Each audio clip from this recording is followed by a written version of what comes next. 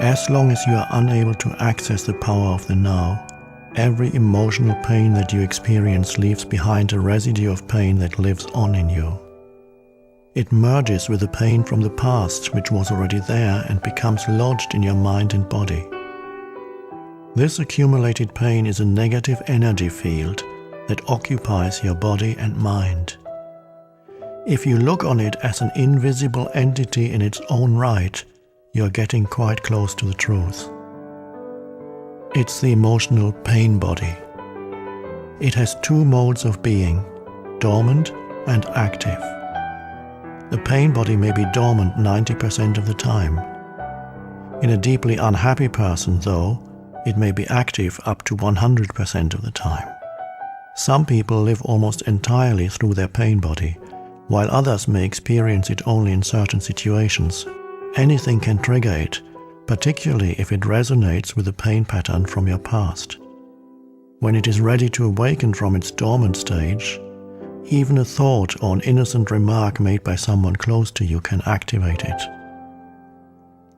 Some pain bodies are obnoxious but relatively harmless, for example like a child who won't stop whining. Others are vicious and destructive monsters, true demons.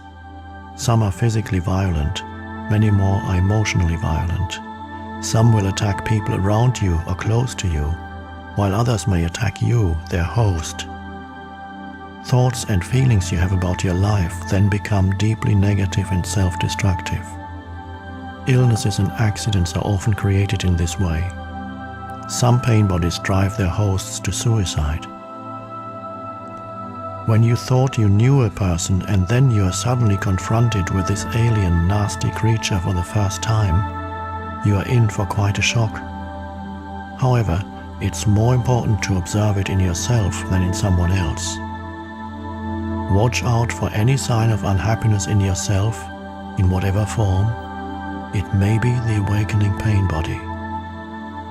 This can take the form of irritation, impatience, a somber mood, a desire to hurt, anger, rage, depression, a need to have some drama in your relationship, and so on. Catch it the moment it awakens from its dormant state.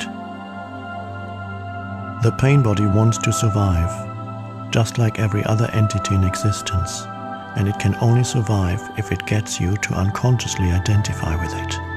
It can then rise up, take you over, become you, and live through you. It needs to get its food through you.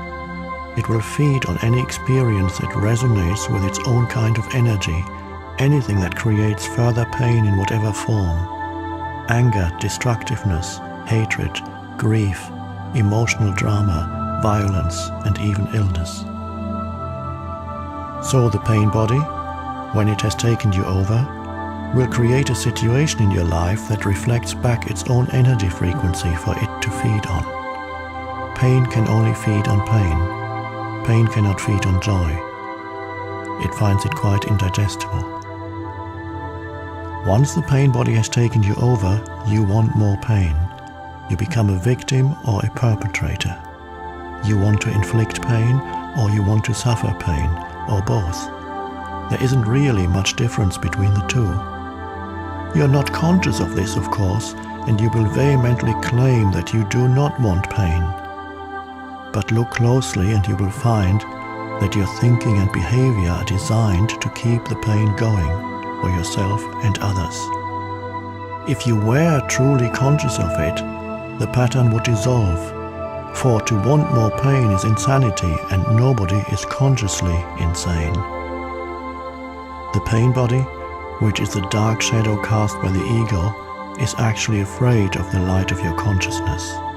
It is afraid of being found out. Its survival depends on your unconscious identification with it, as well as on your unconscious fear of facing the pain that lives in you. But if you don't face it, if you don't bring the light of your consciousness into the pain, you will be forced to relive it again and again. The pain body may seem to you like a dangerous monster that you cannot bear to look at, but I assure you that it is an insubstantial phantom that cannot prevail against the power of your presence. Some spiritual teachings state that all pain is ultimately an illusion, and this is true. The question is it true for you? A mere belief doesn't make it true.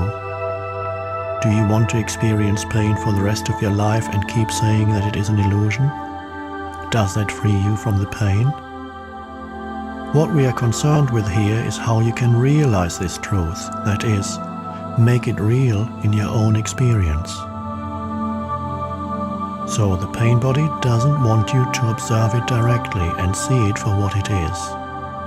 The moment you observe it, feel its energy field within you and take your attention into it, the identification is broken. A higher dimension of consciousness has come in. I call it presence. You are now the witness or the watcher of the pain body.